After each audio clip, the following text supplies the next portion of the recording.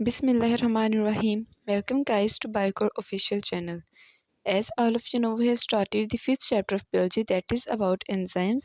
Here is the second lecture on the topic of cofactor and coenzyme. So let's begin the video. Enzyme का हमने intro देखा था कि enzyme जो होते हैं वो सब्सटेंसेस होते हैं, प्रोटीन मॉलिक्यूल्स होते हैं जो कि यूज़ किए जाते हैं किसी भी रिएक्शन को बूस्ट करने के लिए, उसका रेट इंक्रीज़ करने के लिए। तो को फैक्टर्स की बात करें तो को फैक्टर्स वो होते हैं जो कि एंजाइम के साथ एक एडिशनल पार्ट लगते हैं। ठीक है, एंजाइम तो हमने देख लिया ना पूरे।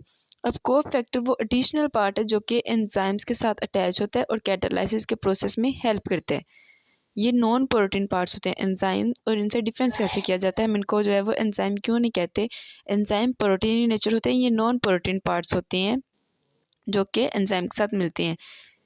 यहाँ हमारे पास दो बहुत इंपॉर्टेंट टर्म्स आते हैं जिसमें हमारे पास आता है apo enzyme and holo enzyme. Apo enzyme की बात करते हैं तो एंजाइम का वो सारा पार्ट जो प्रोटीन इन नेचर है उसको कहते हैं एपो एंजाइम। ठीक है, और अगर एंजाइम के साथ कोई भी नॉन प्रोटीन पार्ट जो है या को फैक्टर जो है वो अटैच हो रहा है तो अब जो कंप्लीट सेट ऑफ एंजाइम है उसको कहा जाता है होलो एंजाइम। ठीक है, होलो एंजाइम में प्रोटीन और नॉन प्रोटीन सॉरी को फैक्टर बोला जाता है वो भी अटैच होगा, लेकिन जो ओपो एंजाइम होगा उसमें सिर्फ प्रोटीन पार्ट जो है एंजाइम का वो अटैच होगा। को फैक्टर्स की बात करते हैं तो को फैक्टर्स बेसिकली 3 टाइप्स के होते हैं, metal ions, prosthetic group and को एंजाइम्स। हम सबसे पहले जो डिस्कस करेंगे वो हम मेटल आयन को डिस्कस करेंगे। मेटल आयंस की बात करें तो इसमें बहुत से एंजाइम्स लाइक हमारे पास कैल्शियम, ठीक है, कैल्शियम मेटल आ जाता है, या मैग्नीशियम मैग्नीज आ जाता है, कॉपर, जिंक, ये सारे के सारे जो हैं वो कोफैक्टर्स के तौर पे एक्ट करते हैं। ये नॉन प्रोटीन पार्ट है। ठीक है, ये प्रोटीन से नहीं मिलकर बने होते बल्कि ये आयंस होते हैं, मेटेलिक आयंस होते हैं। तो जब ये एंजाइम के साथ अटैच हो रहे हैं और कैटालाइसिस में हेल्प कर रहे हैं तो इनको कोफैक्टर जो है वो बोला जाता है। इनका फंक्शन क्या होता है, ये कैसे काम करते हैं, ये जो मेटल आयंस होते हैं ना ये चेंज कर देते हैं। एक्टिव साइट अगर नॉन फंक्शनल है उसको चेंज कर देंगे फंक्शनल साइट के अंदर। ठीक है, जब उसमें चेंज करेंगे तो वो फिर जो है रिएक्शन स्मूथली प्रोसीड होगा और इस तरह जो रिएक्शन का रेट है वो इंक्रीज़ हो जाएगा। जब भी कोफैक्टर की अटैचमेंट होती है वो एंजाइम की शेप भी चेंज कर देती है और सबस्ट्रेट को अलाउ करती है कि वो इसके साथ आके कंबाइन हो जाए। बहुत से ऐसे ट्रेस एलिमेंट्स जो कि बहुत कम मिकदार में बॉडी के अंदर जो है प्रेजेंट होते हैं like molybdenum and the manganese. इनकी बात करें ये हमारी हेल्थ के लिए बहुत ज़्यादा जो है वो नेसेसरी होते हैं। क्यों नेसेसरी चाहिए, इनकी बहुत कम मिकदार, लाइक इनकी 0.0 समथिंग जो है वो कुछ कंसनट्रेशन चाहिए होती है, लेकिन ये बहुत ज़्यादा सिग्निफिकेंट होते हैं हेल्थ के लिए। क्यों इतने क्रूशियल होते हैं, क्योंकि ये को फैक्टर के तौर पे एक्ट करते हैं। जब तक ये को फैक्टर प्रेजेंट नहीं होंगे एंजाइम तो काम कर ही नहीं सकता। ठीक है, क्योंकि ये उसको कैटालाइसिस में हेल्प करते हैं और ये उस नॉन फंक्शन को फंक्शन के अंदर चेंज कर रहे हैं। तो अगर यही प्रेजेंट नहीं होगा तो एंजाइम नहीं होगा, एंजाइम नहीं होगा तो रिएक्शन ही प्रोसीड नहीं होगा। ठीक है, तो ये जो है इसलिए ये बहुत ज़्यादा इंपॉर्टेंट होते हैं। अगर हम यहाँ डायग्राम को देखें तो देखें this is the first step जिसमें ये एंजाइम है और ये सबस्ट्रेट आया है और ये उसकी एक्टिव साइट है जहाँ पे सबस्ट्रेट ने अटैच होना है। अब इसका स्ट्रक्चर और इसका स्ट्रक्चर बहुत चेंज, ये आपस में अटैच नहीं हो सकते। ठीक है, अब ये कोफैक्टर आया, कोफैक्टर ने आके इसकी साइड को चेंज किया। ठीक है, इसकी शेप को चेंज किया थोड़ा सा कि ये इसमें आके एडजस्ट हो जाए। यहाँ पे आप डिफरेंस देखिए, यहाँ से थोड़ा सा नीचे और यहाँ से ये ऊपर है तो ये कभी भी आपस में कंपैटिबिलिटी अटैच नहीं होंगे। कोफैक्टर आया, इसने इसकी जो है वो शेप चेंज की। शेप चेंज करने के बाद जो है ये कोफैक्टर देखिए इसके अंदर अटैच हुआ एक्टिव साइट के अंदर, इसको मॉडिफाई किया, फिर जो सबस्ट्रेट है वो इसके अंदर अटैच हुआ, एंजाइम सबस्ट्रेट कॉम्प्लेक्स बना। जैसे ही रिएक्शन ख़त्म हुआ जो सबस्ट्रेट था वो प्रोडक्ट्स में चेंज हो जाएगा, कोफैक्टर वैसे ही रिलीज हो जाएगा और एंजाइम भी अपनी ओरिजिनल पोजीशन पे दोबारा आ जाएगा। तो ये था किस तरह जो है वो कोफैक्टर शेप को चेंज करते हैं और किस तरह जो है वो काम करते हैं। अब हम डिस्कस करते हैं सेकंड कोफैक्टर को, that is prosthetic group. Cofactor की बात करते हैं तो वो ऐसे कोफैक्टर जो कि कोवलेंटली बॉन्ड बनाते हैं, बहुत स्ट्रॉन्गली बॉन्ड बनाते हैं। ठीक है, एंजाइम के साथ कोवलेंट बॉन्ड्स बना लेते हैं, उनके साथ जो है वो लिंकेज कर लेते हैं। ऐसे कोफैक्टर्स को कहते हैं prosthetic groups.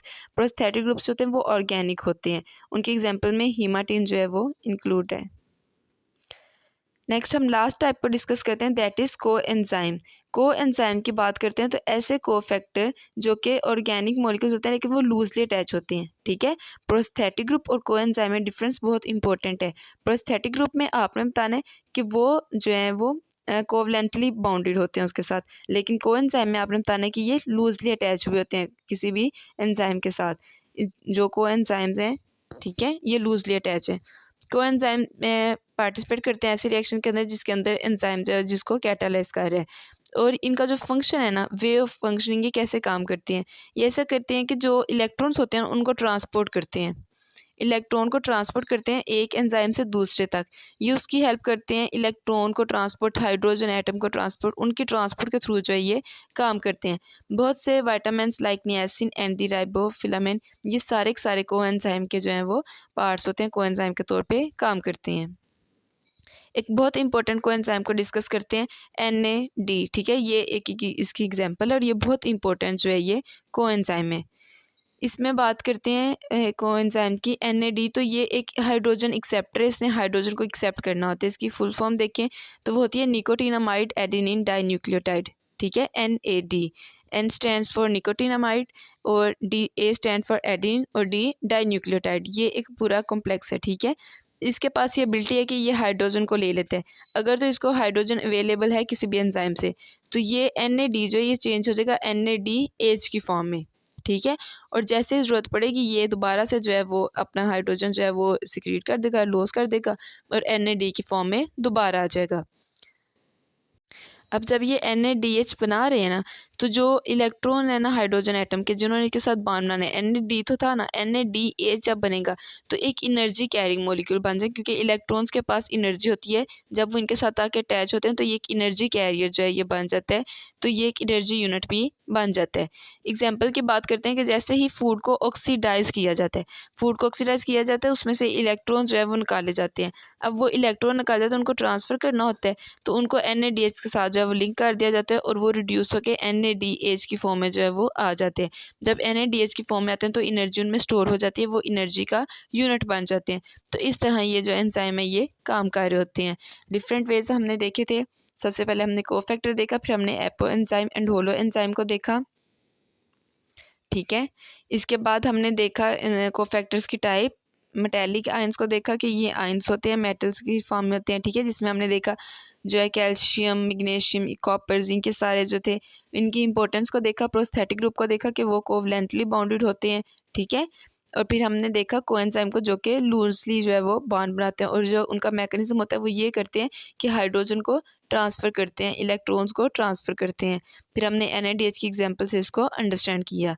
This is all about the lecture. Hope you will get it. If you find any confusion regarding this, you can ask me in the comment section. See you in the next video. Take care.